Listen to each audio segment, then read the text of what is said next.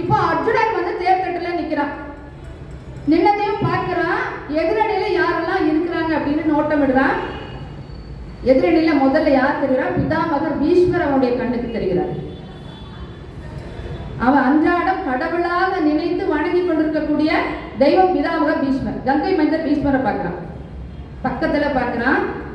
இதுவரைக்கும் சின்ன வயதிலே இருந்து அஸ்திர சஸ்திர வித்தைகளை அனைத்தும் கற்றுக் கொடுத்த துரோணாச்சாரியர் எதிர்த்தட்டுல நின்றுட்டார்.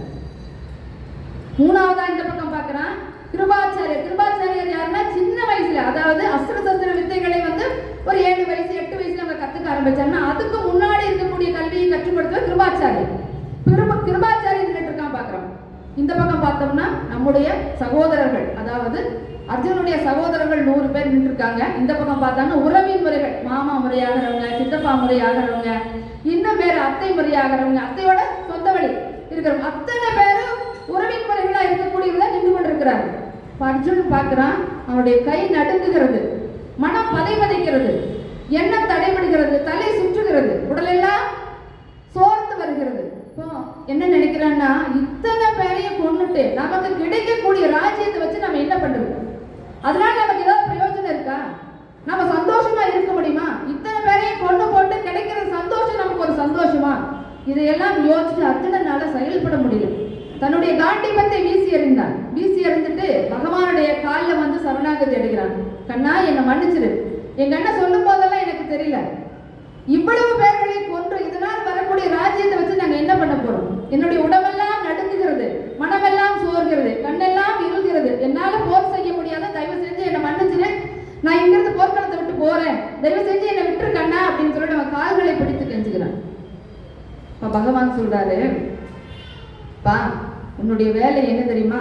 மனசு தளரவிடக்கூடாது. மரணத்தை எண்ணி கலங்கிடும் விஜயா,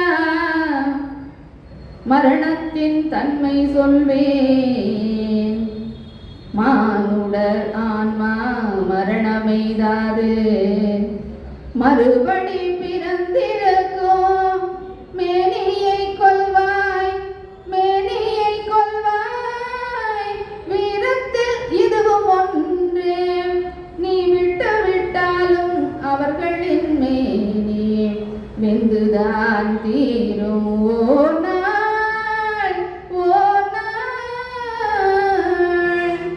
என்னை அறிந்தாய், எல்லா உயிரும் எனதென்றோ அறிந்து கொண்டாய், கண்ணன் மனது கல்மனதென்றோ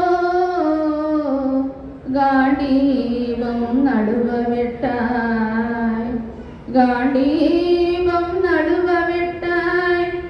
மன்னனும் நானே, மக்களும் நானே, மரம் செடி கொடியும் நானே, சொன்னவன் கண்ணன் சொல்பவன் கண்ணன், துணிந்து நில் தர்மம் வாழ, புண்ணியம் இதுவென்று உலகம் சொன்னால் அந்த புண்ணியம் கண்ணனுக்கே.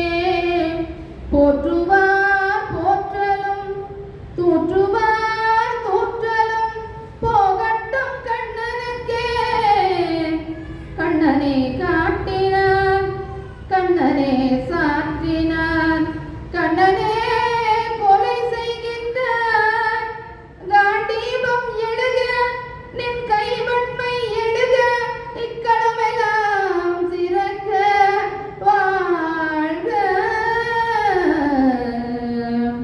பரித்ராணாய சாதுனாம் விநாசாய சதுஷ்கிருதாம் தர்ம சம்ஸ்தாபனார்த்தாய சம்பவாமி யுகே யுகே அப்படின்னு முடிக்கிறார்.